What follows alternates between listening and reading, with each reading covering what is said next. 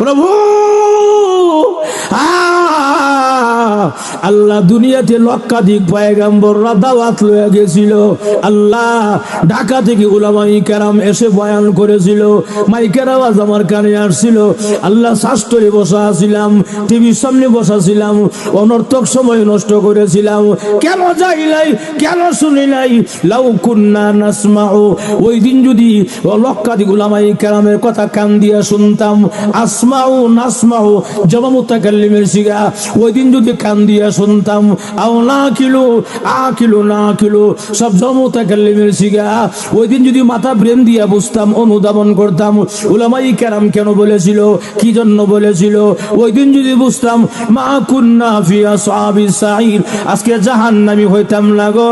ভুল করেছি, আর জীবনে এমন ভুল হবে না গো। আল্লাহ আবার দুনিয়াতে পাঠাইয়া দাও, এমন ভুল হবে না।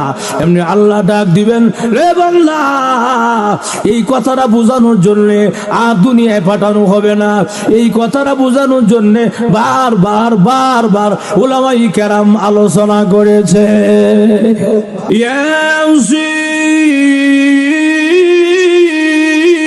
ইয়াসিন ওয়াল কুরআনিল হাকীম ইন্নাকা লামিনাল মুরসালিন।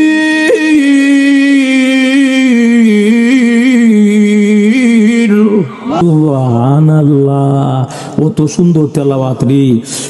আমাদের শোনো, আশ্চর্য কোনো লাভ নাই প্রতিক্রিয়া। এই কবরে আমি একবার নয়, 5 বার নয়, 10 বার নয়, এই কবরে আল্লাহর কোরআনকে 500 বার খতম করেছি। আমার সাথে একটা লেনদেন করো। কিসের লেনদেন? প্রতিক্রিয়া।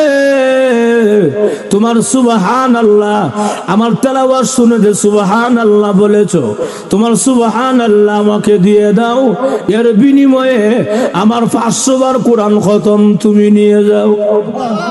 কেন? এই কবর জগতে আমি 500 বার নয়, 500 লাখ নয়, কোটি নয়, কিয়ামত পর্যন্ত যদি আমি আল্লাহর কোরআনকে খতম করি, আল্লাহর কসম সামান্য পরিমাণ নেকি হবে না। অনেক আল্লাহওয়ালারা কবরে গিয়া তেলাওয়াত করে, কবরে গিয়া নামাজ পড়ে, কিন্তু সওয়াব নাই।